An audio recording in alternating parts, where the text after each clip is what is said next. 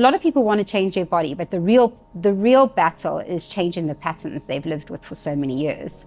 What was the hardest personal pattern you had to break, and what did that teach you about change? Okay, so I think when it comes to self-limiting beliefs, is your first aspect. We all have them. So we all have a self-doubt or a self-limiting belief that something, in front of us, we know we want to do it, but something in the back of us says, but can we actually do it? So a lot of people tend to actually back off from something that scares them rather than walking towards the fear. People often see you as the coach, the mentor, the go-to guy, the guy that has it together, okay? Do you ever feel pressure to be strong for everyone else? And how do you deal with the days when you don't feel strong at all? Like, who's your go-to? Who's your mentor? What do you do? Like, it's so scary that you've mentioned this, because I had this issue this morning. Okay. And I woke up this morning and I always have to be so accountable. I mean, I work with Springbok guys, I work with cancer patients, I work with a vast degree, and I deal with a lot of suffering. And you think it doesn't eventually get to you, and it does start to cripple you after time, where you get to a point where people are so self-reliant. So how to tackle it, I think you have to kind of see how far you grow, because I am the type of person, I'm always like, I should have done better by now.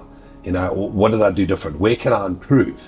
But you sometimes have to pull back and say, I've got a beautiful wife, I've got 2 beautiful kids. That's my biggest success. And look at what I have, and rather focus on the gratitude around that, rather than kind of trying to have the aspect of something next. So I do find it can be difficult, when a lot of people are channeling the energy. I deal with a lot of suicide, like I've discussed with you. I deal with a lot of problems, and I don't have the answer to all of them. I'm not a psychiatrist. Like I sometimes I get challenged to be one, but I really am not. But I think that especially the males that I deal with, they have no one else to talk to. So you get the physical aspect, you get the emotional and the mental. And when you get close to a male, male's very proud, we've got a lot of ego. Generally, when we're in a financial state, that's our worst state. And most males will agree with me. When everything's flying high and you're doing well, you seem to not have problems. So most of the guys, it's generally financial, or can just be not happy with where they are. You mentioned suffering, and I think that word just hits it on the nail so many times. There are so many people that are suffering, and have nowhere to go, and it's so sad. Yeah. I think that's the hardest thing. And males also, it's very hard to pull out information. I've got even friends that battle, and men don't want to be vulnerable. I think, we're in a different century now, so I think a lot of people are speaking out.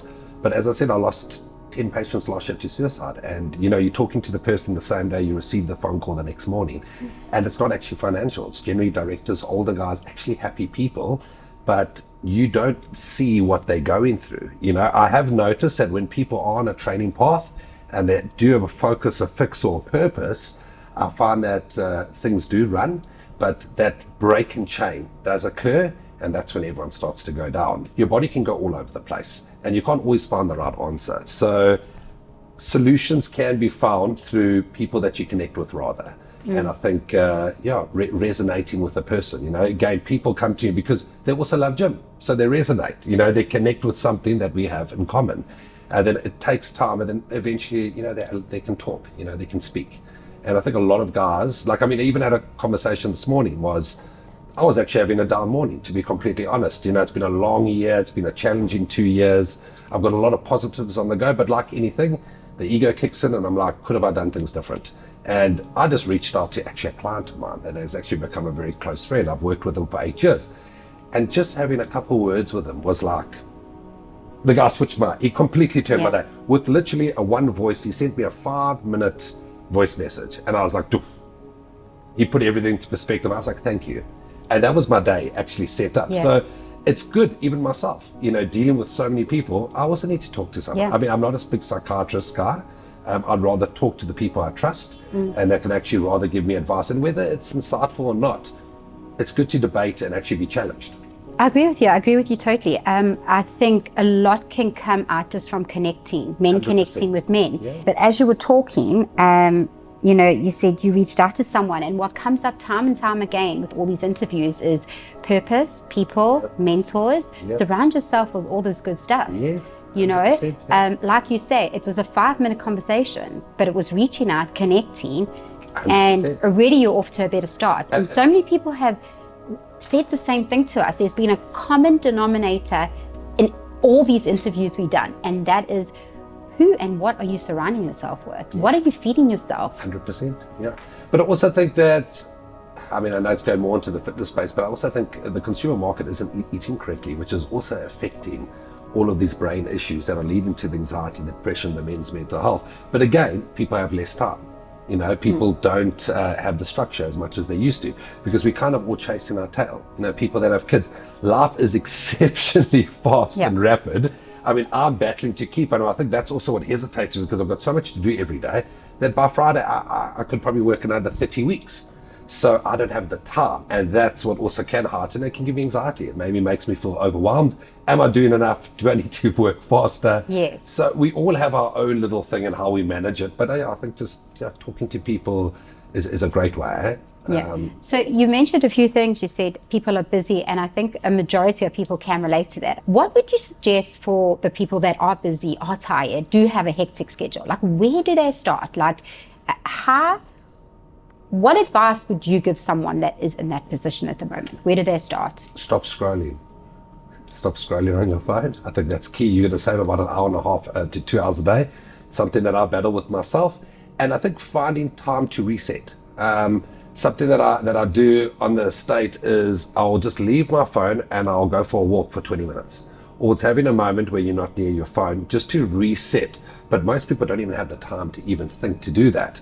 So I would tell a person to reset, possibly find structure and small goals that you can work towards, realistic goals on a weekly basis, so you feel you have purpose. You know, working this 8 to 5 job, it almost becomes like a routine where your debit orders go off, but is that your purpose? You know, what is your purpose? So is your purpose meant to be something greater? You know, and your purpose doesn't need to be money either. It's not about financial. Do you want to do things that are just different? Do you want to do something that everyone's happiness is different? You know, everyone's success is different. So I think that people that are kind of clouded, they have to pull back from the chaos and be able to give them time for themselves to reset. I've taken drug addicts, alcoholics. I mean, we're talking about the worst of the worst. And you will take a guy in the worst case scenario who will play a tug of war with you, he will hate you, he will swear at you, and you'll fight with him, you know, okay, for the positive effect. Now that same person 8 years later is married, they have a business, they've got kids, they're in insane shape, and they've got direction. And it all comes from having structure and a purpose. And that's why I think diet and training, it's not just about how you look, it structures discipline. And that's what I'm going to pass on to my children as well. Not necessarily you don't have to be a top bodybuilder, but something to work towards. And I think that's what strives, and it ends up filtering into other levels in your life.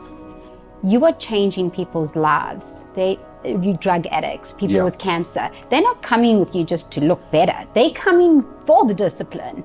Any good business, it needs to provide a solution and not something temporary.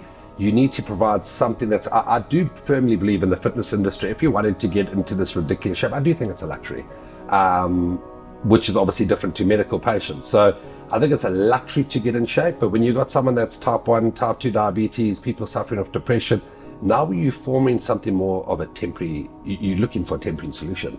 So then it becomes personal, you know, getting in shape and trying to get the six pack, it's a very different journey. It's a luxury journey, to be honest. That's something that you almost, your purpose is to get in the best shape possible. I wouldn't see that as a problem, okay?